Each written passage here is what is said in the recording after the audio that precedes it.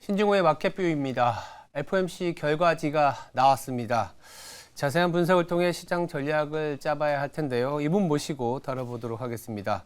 허준영 서강대학교 경제학부 교수 나와 있습니다. 안녕하세요. 네. 새벽 엄청 일찍 오셨더라고요. 그래서 많은 내용들을 저희들이 좀 여쭤봐야 될 텐데 오늘의 주제를 좀 보면서 자세히 좀 다뤄보도록 하겠습니다.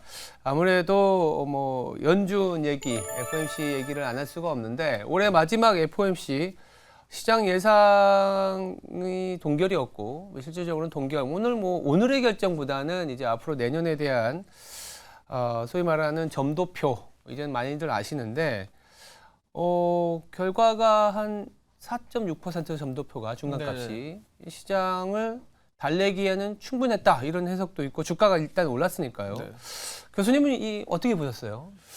저는 사실 점도표로 얘기할 거라고 오늘은 생각했고요. 실제로 오늘 FOMC 그 기자회견이 상대적으로 좀 짧았습니다. 그렇죠. 빨리 끝났습니다. 네. 그거는 결국은 많은 부분을 점도표로 얘기한 것이 아니냐, 그리고 내년의 경제 전망으로 얘기한 것이 아니냐 이런 생각이 들고요. 사실 파월 의장의 오늘 발언에는 뭐 그렇게 굉장히 새로운 얘기는 없었던 것 같습니다. 그래서 결국은 이 경제 전망을 가지고 내년에 미국 경기는 생각보다 강력할 것이고 네. 그리고 견조할 것이고 그리고 인플레이션은 생각보다 조금 잘 잡히고 있는 것 같고 네. 뭐 그런 전반적인 사인. 그래서 저희가 내년에 금리 인하가 있을 때 사실 제가 생각하기엔 좀 착한 금리 인하, 좀 바람직하지 않은 금리 인하가 있을 거라고 생각했던 건 착한 금리 인하는 인플레이션이 생각보다 잘 잡혀서 내리는 금리가 그렇죠. 그 착한 금리 인하고 좀 바람직하지 않은 금리 인하는 미국의 경기가 갑자기 추락을 하기 시작해서 하는 금리 인하라고 생각을 했는데 네. 실제로 90년대 이후에 저희가 4번의 금리 인하기가 있었는데 네. 그중에 한 번만 제외하면 나머지는 다 경제 위기 혹은 그렇죠. 리세션으로 연결된 금리 인하였지 않습니까? 네네. 그래서 결국은 어느 쪽이었나를 생각해 봤을 때 연준은 어쨌든 간에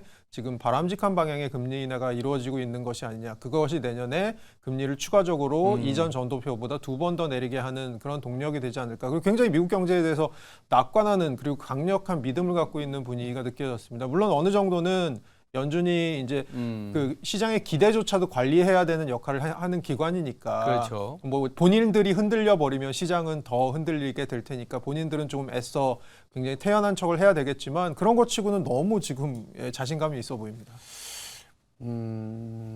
연준의 전망이 예전에 JP 모건 다이먼 회장이었나요? 연준의 전망도 틀리기 때문에 내년에 대해서 상당히 좀 베어리시하게 보셨던 것 같고 실질적으로 뭐 파월 연준 의장이 할 말이 없는 게 2021년에 금리 올리라고 했을 때 올려야 된다라고 시장에서 워낙 많은 시그널을 줬는데 못 올리다가 뒤늦게 올린 거지 않습니까? 네, 맞습니다. 이번에도 시장이 좀 앞서가는 것 같지만 실질적으로 또 금리를 내려야 되는 상황에서 조금은 뭐 항복까지는 아니더라도 인정했다 이런 부분인데 저도 이제 뭐 기자회견이 짧았다라는 부분은 저도 아침에 일어나서 봤더니 3, 40분 했나? 뭐 이런 생각이 들더라고요.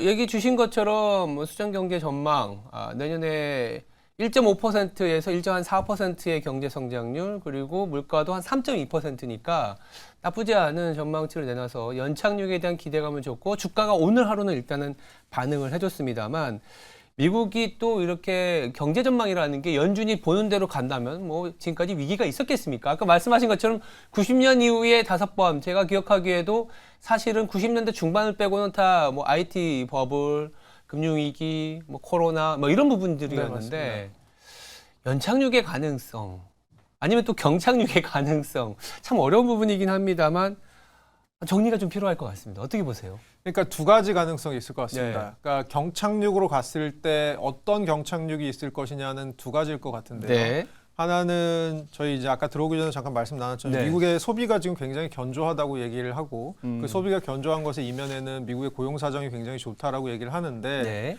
소비가 생각보다 빨리 꺾일 수 있다라는 부분이 제가 보기에는 경착륙 중에 그나마 마일드한 경착륙의 가능성일 것 같고요. 마일드. 네, 조금 더 강한 경착륙, 좀 더 안 좋은 쪽의 경착륙의 가능성은 연준도 보지 못했던 사실은 저희가 이제 예측할 수 있는 위기는 위기가 아니라는 얘기 격언이 있지 않습니까? 그렇죠. 연준이 보지 못했던 블랙스완이 튀어나오는 거, 예를 들어서 뭐 부동산 상업용 부동산 시장 괜찮다 얘기는 하는데 그런 부분에서 뭔가 튀어나온다거나 조금 더 큰 금융권과 관련된 직격탄이 하나 나오게 되면 그런 것들은 아주 안 좋은 쪽의 경착륙이 갈 수 있을 것 같고요. 그렇죠. 저희가 과거로부터 좀 배울 필요가 있는 거 하나는 아침부터 또 어두운 얘기 드려서 죄송합니다만 예. 그 전전 연준 의장인 벤 버네키 의장이 2007년 5월에 했던 얘기가 기억나는데요. 맞아요. 예, 저희 그 금융 시스템 지금의 뭐 어떤 모기지 사태가 우리의 금융 시스템에 심각한 위해를 가할 것이라고 본인은 믿지 않는다라고 얘기한 정확히 4개월 이후에 저희가 리먼이 페일하는 걸 봤죠. 네. 그렇죠. 네, 그래서 사실은 예측할 수 있는 위기가 아닌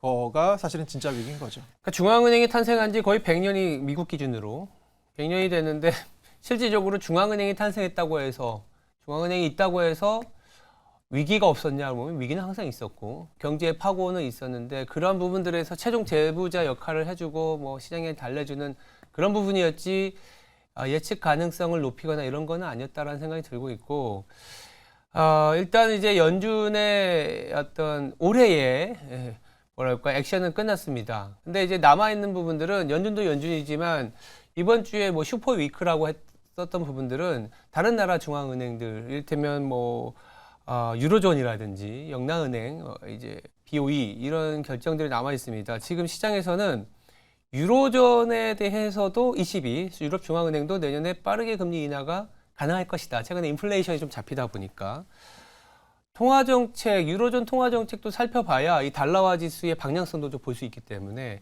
유로존 통화정책에 대해서는 또 어떻게 보시고 계신지 좀 부탁드려도 될까요? 그러니까 지금 인플레이션 말씀해 주신 대로 인플레이션이 잡히는 거 플러스 유럽에는 미국과는 좀 다르게 경기에 대한 리스크도 조금 있습니다. 예를 들어서 글로벌 아이들 같은 경우는 내년 유로존이 한 0.5% 혹은 0.4% 정도 성장할 거라고 생각을 하는데 네. 요거는 결국은 유로존이 가진 치명적인 약점들, 예를 들어서 올해 금융긴축 상황이 내년까지 이어지는데 저희가 잘 아시다시피 유로존에는 어떤 나라들이 많이 섞여 있냐 하면 정부 부채, 국가 채무가 높은 나라들이 조금 섞여 있습니다. 그렇죠. 그런 나라들로 인해서 사실은 금융긴축의 여파가 예전에 저희가 글로벌 금융위기 이후에 스페인이나 이탈리아 같은 나라들에서는 사실은 많은 민간 부채들을 이제 정부가 떠안는 경우가 있었잖아요. 예. 이제 그런 액션들이 조금 제한적인 부분이 굉장히 많을 것 같고요. 그런 측면에서는 정부의 대응 능력이 국가마다 조금 차이가 있을 것 같습니다. 그런데 저희가 또 생각했을 때 유럽에서 그나마 정부의 대응 능력이 가장 좋았던 나라가 독일이었는데 독일이 요즘 또 안 좋죠. 골골거리고 있잖아요. 그런 측면에서 유로는 사실은 내년에 경기 리스크까지 인플레이션 하강 리스크 플러스 하강에 대한 좋은 징조 플러스 약간의 경기 리스크를 안고 있는 부분이 있습니다. 그래서 제가 아까 잠깐 글로벌 IB들 0.5% 말씀드렸는데 그럼에도 불구하고 IMF나 OECD는 1% 가까운 혹은 1% 좀 넘는 성장을 할 거라고 유로존이 예상을 하는데 결국 이 차이는 유로존, 그 IMF나 OECD 같은 경우는 아무래도 정책 당국이다 보니까 정책에 개입해서 정책이 들어간 다음에 조금 나아질 부분들까지 계상을 하는 것 같고요. 제가 보기에는 IB들은 거기에 대해서는 약간 더 세게 좀 준엄하게 보는 편인 것 같습니다. 그래서 그런 차이는 있는데 전반적으로 유럽은 내년에 전반적인 뷰가 경기가 그렇게 좋을 것 같지는 않다. 그러면 결국은 금리 인하할 두 가지 요건이 다 충족되는 거죠.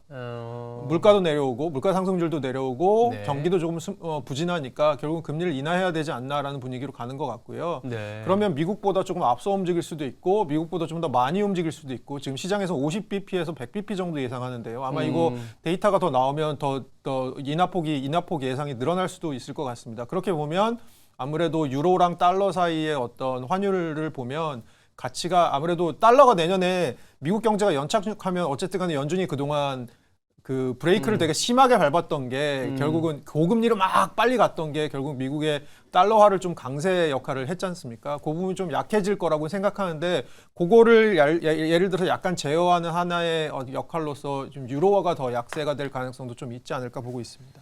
유로 그러니까요. 이게 시장에서 좋게 보는 부분은 자 이제 고금리 긴축을 가파르게 하면서 5.5%까지 올린 부분으로 달러가 강했었고 시장이 좀 힘들었다. 이제 그러면 금리를 멈춰주면 내년에 달러가 좀 약해지면서 시장이 좋아지는 거 아니냐 했지만 사실 달러화 지수를 구성하는 대다수 반대편의 통화가 유로존, 뭐 영국 통화를 포함해서 거의 60-70%인데 유럽이 오히려 금리를 더 빨리 내릴 수밖에 없는 경기 리스크까지 감안하면 유로화가 약해지면서 되려 미국이 금리를 인하하더라도 달러화가 생각보다 안 약해질 가능성. 또 있겠네요. 네, 거기다가 아까 저희가 네. 먼저 얘기한 네. 토픽인 미국이 생각보다 경기가 급추락을 하면 아. 그러면 안전자산 쪽으로 갈 거라고요. 그럼 또 그러면 달러죠. 달러죠. 그러면 달러죠. 네, 그럴 가능성도 있습니다. 그러니까 이제 참 어려운 부분이 내년의 시장을 이제 예측하는 데 있어서 연준이 금리를 동결시켰다고 해서 환호할 부분만은 미국은 뭐 좋을 수 있지만 다른 나라를 보면 그렇게 또 호락호락하지 않은 상황이 펼쳐질 수도 있겠다. 그러다 보니까 우리나라도 좀 고민일 것 같아요. 우리나라 같은 경우에도 미국 연준의 어떤 기준금리 동결보다 먼저 동결을 시작했고 지금 뭐 사실상 기억이 나는 부분은 올해 내내 동결한 느낌으로 가고 네, 있는 맞습니다. 상황인데 연준이 이제 금리 인하 시그널을 지금 당장 준 건 아니지만 내년 뭐 1분기 이후 내지는 2분기에는 금리 인하 시그널을 준다 그러면 한은도 움직일 가능성에 대해서 사람들은 이 투자자들은 상당히 많은 기대를 하고 있습니다. 공교롭게도 금통위원 40%가 교체되는 부분도 있고요. 한국은행의 스탠스는 또 어떻게 변해갈까요? 그러니까 우선은 한국은행에서 최근 들어서는 좀 마음이 약간 놓였던 부분은 환율 부분이 조금 나아진 부분은 있고요. 네. 가장 최근에 제가 며칠 전 저번 주에 좀 발표를 어디 가서 했는데 거기에 뭐 금통위원 한 분이 와서 계셔서 네, 같이 네. 말씀하시는 걸 제가 좀 들을 기회가 있었는데 네. 그분 말씀은 어쨌든 간에 한은이 지금 금리를 내리지 못하고 있는 이유는 환율 때문은 아니고 그리고 가계부채 때문이라기보다는 네. 가장 중요한 이유는 물가 때문이다라고 보는 것 물가. 같아요. 결국 잘 보시면 여기 시청자분들도 잘 생각해 보시면 미국이 지금 한국보다 물가가 낮습니다. 물가 상승률이. 그러니까 역전이 됐어요. 우리나라는 물가가 7월까지 2.3까지 내려왔는데 CPI가. 근데 그게 사실은 굉장히 빨리 내려왔다고 생각하고 약간 환호를 하는 측면이 있었는데 그 네. 뒤로 다시 튀어 올랐습니다. 다시 올랐죠. V자 반등을 했다가 다시 최근에 떨어진 거거든요. 맞아요. 그래서 지금 인플레이션에 저희는 꼬리가 약간 길어지는 것 같고요. 그럼 인플레이션의 측면에서는 사실은 하는 입장에서도 아직 마음을 놓을 수 있는 상황 아니고요. 그리고 또 하나 조금 생각해 보셔야 될 게 저희 인플레이션 올라가는 데 있어서 우리가 꼬리가 길어지게 하는 가장 큰 요인 중에 하나가 결국 공공요금 인상이 유가 같은 것들이 인상됐을 때 바로바로 반영되는 게 아니고 뭐 수익성들, 두고. 부채 네. 뭐 이런 문제들이 공공기관들의 부채 문제 이런 게 있다 보니까 네. 공공요금 인상을 좀 나눠서 합니다. 그러면 이제 저희가 한정 같은 경우는 전기요금 중요하니까요. 정상화하기 위해서 필요한 요금이 한 56원인가로 제가 기억하는데요. 네. 지금 26원 올렸습니다. 절반 올렸거든요. 그러니까 앞으로 한 절반 정도가 남아 있습니다. 그럼 요거 이제 선거 끝나고 또 차차차차 오를 부분들이 있기 때문에 저희는 사실은 인플레이션 측면에서 미국처럼 혹은 유로존처럼 빨리 내려갈 거라고 생각하지 않아야 되는 이유들이 몇 개 있습니다. 그런 측면에서 한국은행의 좀 운신의 폭은 줄어들 것 같고요. 그런 측면에서 저는 환율 측면에서는 연준이 우선은 금리 인하에 대한 시그널을 시장에 미리 주기 시작할 거니까 그거를 보고 움직일 것 같고 그 부분은 그런데 결국은 물가가 향후에 어떻게 될지를 좀 중점적으로 보시는 게 앞으로 한국은행이 어떤 정책 결정을 할지를 미리 판단하시는 좀 가늠자가 되시지 않을까 싶습니다. 공공물가의 어떠한 상승으로 인해서 우리나라 물가가 저도 이제 체감하는 게 연초나 연중반까지만 하더라도 미국보다 물가가 낮아서 이게 좀 유지가 된다면 연준의 어떤 피벗 금리 인하 시점에서는 한국은행도 금리를 빠르게 내릴 수 있겠다 생각했는데 최근에 보면 오히려 물가가 높고 네. 그리고 연준과 달리 이제 연준은 듀얼 맨데이트잖아요. 네. 고용과 물가를 같이 보지만 우리나라는 이제 물가가 사실은 중앙은행의 네. 정책 목표니까 물가를 잡아야 되는 국면에서는 어쩌면 내년에도 지금 오히려 미국은 하이퍼롱거가 아니라 우리나라가 하이퍼롱거로 그럴 수도 있겠습니다. 계속 갈 수밖에 없는데 이게 공교롭게도 하이퍼롱거라 하더라도 이제 물가가 높은 수준 때문에 하이퍼롱거인데 성장을 보면 하이퍼롱거로 가면 계속 또 네, 맞습니다. 침체까지 얘기하기는 좀 그렇지만 둔화될 수밖에 없는 상황인데 최근에 어제만 보더라도요. 어제 우리나라 시장이 생각보다 좀 안 좋았거든요.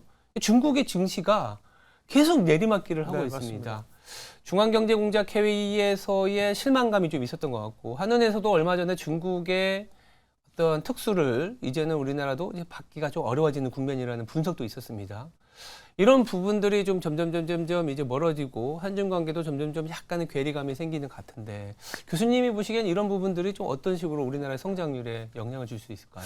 지금 제가 보기에는 중국은 조금 구조적인 부분이 있는 것 같습니다. 구조적인 단지 거. 경기적인 부분뿐만이 아니고 구조적인 부분이 있어서 추세적으로 좀 성장률이 내려갈 부분이 그게 눈에 빠르게 보이지는 않겠지만 예를 들어 IMF 같은 데서는 굉장히 빠르게 보더라고요. 예를 들어 한 5년 후에 8년 후에 중국의 잠재 성장률 같은 경우 보면 굉장히 낮게 잡더라고요. 네. 근데 저는 저는 뭐 그렇게까지 드라마틱한 일은 없을지도 모르지만 중국은 추세적으로 지금 성장률이 저하하고 있고 그다음에 결국은 우리가 중국에게 기대했던 게 뭐냐. 중국은 전 세계에서 경제 사이즈 규모에 비해서 가장 원샷으로 경제 정책을 정부가 내놓을 수 있는 나라인 거죠. 그게 중국의 어떻게 보면 강점이었는데 네. 시원하게 지금 부양 정책이 못 나오고 있는 건 안 네.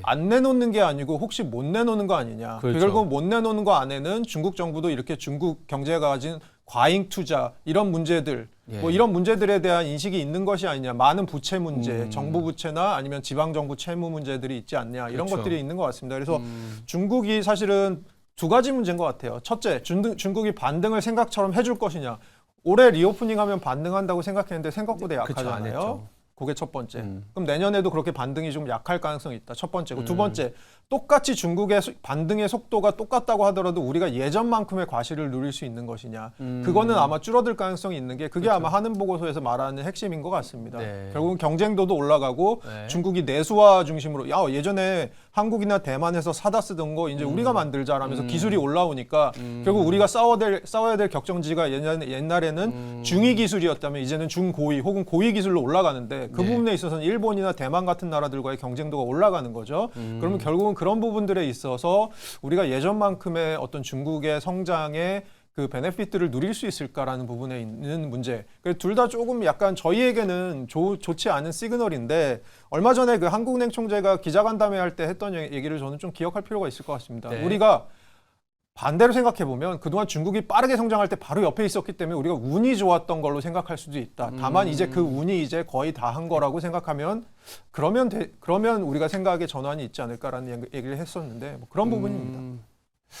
뭐 공교롭게도 우리나라 수출 국가들의 수출액에서 비중이 보면 빠르게 중국으로의 수출이 좀 많이 내려왔습니다. 물론 이제 중국 경기가 좀 부진해진 부분도 있지만 말씀하신 것처럼 중간재라든지 이런 부분들이 이제는 중국으로 가는 비중이 워낙 낮아져 있고 중국은 자체적인 자금률을 높이던 상황이라서 앞으로도 내년에도 그런 것 같아요. 내년에 뭐 여러 가지 문제가 있지만 중국의 성장률이 리바운드 한다 하더라도 우리나라한테 주는 영향력은 오히려 비중이 더 줄어들 테니까 크지 않을 거다. 이런 거는 어떻게 보면 구조적인 문제로 삼고 가자.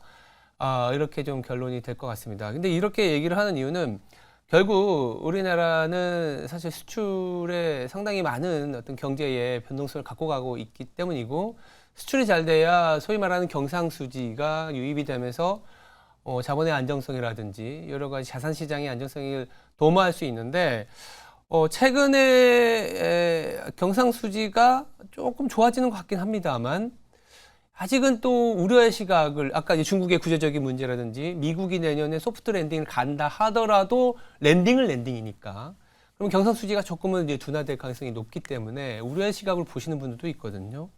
교수님이 보시기에는 우리나라가 지금 경상수지 문제도 있지만 경기 전반적인 좀 체감 경기도 나빠지는 것 같고 국내 경기에 대해서 마지막으로 한번 짚어주시고 가는 것도 괜찮을 것 같습니다. 네, 그 미국의 비슷한 아규먼트를 저는 얘기하고 싶은 게 하나는 블랙스완이 없으면 크게 저희가 예측하지 못했던 혹은 예상했지만 안 터질 거라고 생각하는 게 터지지 않으면 그게 뭐 예를 들어서 최근 들어서 부동산 PF 같은 거겠죠. 네. 그런 게 터지지 않으면 결국은 어떤 분위기로 갈 것 같냐 하면 저는 당분간은 잘 버텨야 되는 분위기로 갈 것 같다는 생각으로 가고 당분간 뭐 반도체 수출이 좀 나아진다고 하더라도 그것이 반도체 기업들이 어떤 기업이냐면 굉장히 큰 기업이고 수출 중심 기업이기 때문에 이런 것들이 전반적인 경기의 훈풍으로 영향을 우리가 체감하기까지는 시간이 우선 걸릴 것 같고요. 그리고 그 반도체 반등의 속도라는 것도 지금은 사실 예측하기 좀 힘든 부분이 있는 것 같습니다. 그런 측면에서 당분간은 좀 적어도 내년은 잘 버텨야 되는, 잘 버티면서 우리가 잘할 수 있는 거 잘하고 못하는 거 되도록 안 할 수 있는 한 해가 되는 것이 내년이 되지 않을까라고 저는 보고 있고 아침부터 조금 너무 밝은 말씀 못 드려서 죄송합니다. 아닙니다. 일단은 이게 잘 버틴다라는 부분들은 다행스럽게도 뭔가 다행이라는 부분들은 미국의 긍축 이후에 미국 경제가 사실은 뭐 위기라고 할 수 있는 단어들이 계속 쓰였던 사이클이었기 때문에 만약에 내년에 미국이 위기가 아니라면 우리나라 시장도 물론 지금 체감적으로도 미국은 지금 사상 최고치고 우리나라는 2,500에서 머물고 있다라는 그 자체는 불만족스럽지만 또 한편으로는 위기가 안 온다면 잘 버티고 나면 어떤 수출 시장이 다시 한번 우리의 노력과 상관없이 괜찮아지면 버팀의 어떤 끝은 그래도 생각보다 나쁘지 않은 상황으로 갈 수 있는데 일단 내년에는 좀 잘 버텨야 되는 네. 그렇게 좀 해석을 해볼 수 있겠습니다. 네, 알겠습니다. 오늘 FOMC 결과 그리고 중앙은행들의 결정, 중국 시장, 우리나라의 경제적인 측면까지 다 두루두루 살펴봤습니다. 지금까지 허준영 서강대학교 경제학부 교수였습니다. 감사합니다. 감사합니다.